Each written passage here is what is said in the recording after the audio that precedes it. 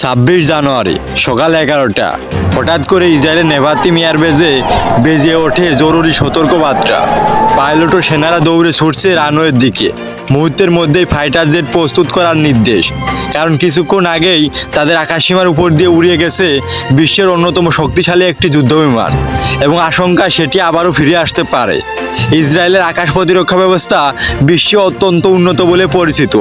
তাদের বিখ্যাত আয়রন ডোম সবসময় সক্রিয়, সঙ্গে অত্যাধুনিক পঞ্চম প্রজন্মের রাডার নেটওয়ার্ক।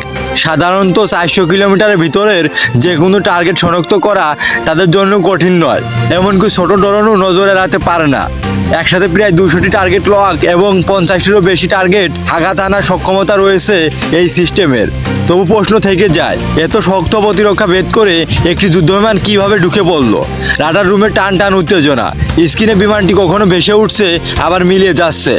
বিশ্লেষণের পর সন্দেহ ঘনীভূত হয় এটি সাধারণ কোনো বিমান নয়, বরং রাশিয়ার তৈরি অত্যাধুনিক স্টেল ফাইটার। ধারণা করা হয় সেটি ছিল রাশিয়ার সবচেয়ে আধুনিক স্টেল যুদ্ধবিমান। বলা হয় এই জেট উন্নত রাডার সিস্টেমকেও বিভ্রান্ত করতে সক্ষম।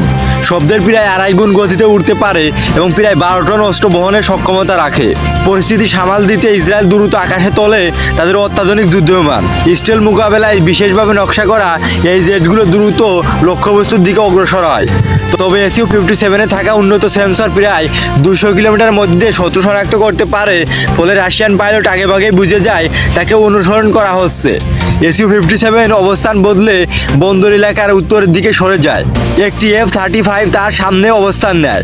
সাধারণত এমন পরিস্থিতিতে দ্রুত সরে যাওয়াই কৌশল, কিন্তু রাশিয়ার জেটটি অস্বাভাবিকভাবে স্থির ও ধীরগতিতে চলছিল, যেন পরিস্থিতি যাচাই করছে।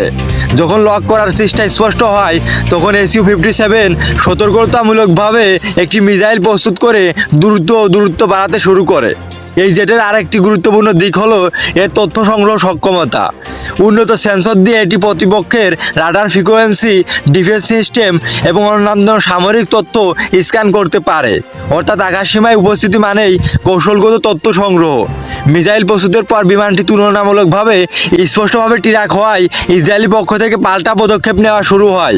দুটি মিসাইল ছুটে যায় SU-57-এর দিকে। রাশিয়ান পাইলট জানে সীমানা অতিক্রম করতে পারলে ঝুঁকি কমবে, কিন্তু আধুনিক সেন্সরযুক্ত মিসাইল একবার লক করলে ছাড়ে না। এই সময় SU-57 তার শক্তিশালী ইলেকট্রনিক জ্যামিং সিস্টেম সক্রিয় করে, যা প্রায় 47 কিলোমিটার ব্যাসার্ধে সিগন্যাল বিঘ্নিত করতে সক্ষম বলে দাবি করা হয়।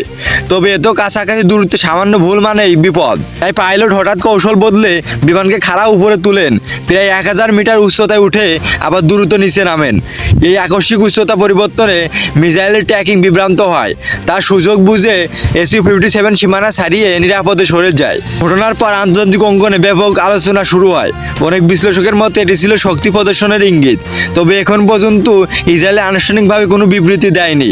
ঘটনাটি যদি পুনরাবৃত্তি হয়, তাহলে ইসরায়েল রাশিয়া সম্পর্ক নতুন প্রশ্নের মুখে পড়তে পারে বলেই মনে করছেন পর্যবেক্ষকরা।